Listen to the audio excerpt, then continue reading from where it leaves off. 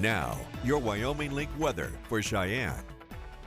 More active weather in the forecast should help out some of these drought conditions. I'm meteorologist Alyssa Triplett, and as we had an update on Thursday morning, there wasn't much for expansion of the drought conditions across our area, but where there was some expansion was the severe drought, or extreme drought I could say, that is pushing its way towards North Platte. So some expansion happening in our region, but what we're seeing is that the rainfall that we are experiencing, it is a good rainfall that we need, but it isn't going to be filling the significant voids that we are seeing that has been building for the last few months as well. So numbers we'll watch on. What we've seen so far this month is definitely a rebound in some of the numbers. We're up to about 1.25 inches in Cheyenne, Sydney as well, just around 1.5 inches, North Platte up to about 4 inches. So we have some good numbers there, but when it comes to what's typical for this time of the year is that we should continue to see these accumulations upwards of even almost 2 inches, at least for Cheyenne. So we're about 1/2 inch behind average. Now we've been dealing with some better rain chances, so we'll see how these numbers will adjust as we work in these thunderstorm chances that again are going to return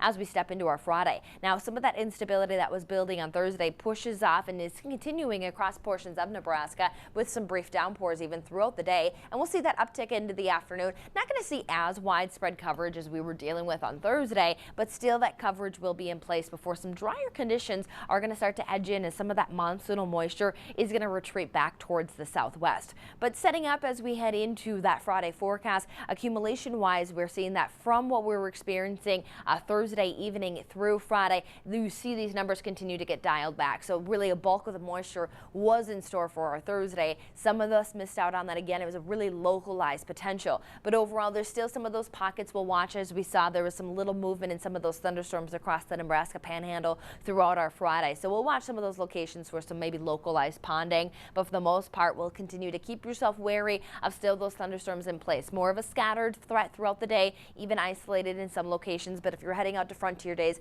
that middle part of the day is where you're going to watch for some of those more expansive storms before they should diminish as we head into the evening. Temperature wise though, staying under some of that cloud cover and shower activity is going to keep those into the 70s, as we'll look at 78 for a high into Cheyenne to even Kimball around 79, Scottsbluff up to 85 degrees, and Douglas around 87. Now as we dry out the atmosphere, we are going to start to see those temperatures warm up a bit. We should be back up into those mid 80s in Cheyenne, even 90s into Scottsbluff, and 93 into Douglas for your Saturday. And extended forecast could bring back some of that dangerous heat again. We'll be up to 88 on Sunday under some isolated thunderstorms, so the risk is going to be much smaller for your Saturday and Sunday. So no getting outdoors, good, but keep your eye on the sky and your ear open. We'll see some drier conditions but windy conditions on Monday. Some fire concerns might be in place, but then as we step into next week, which is the first week of August, we could be keeping some of these above average temperatures around with some returning storms on Wednesday.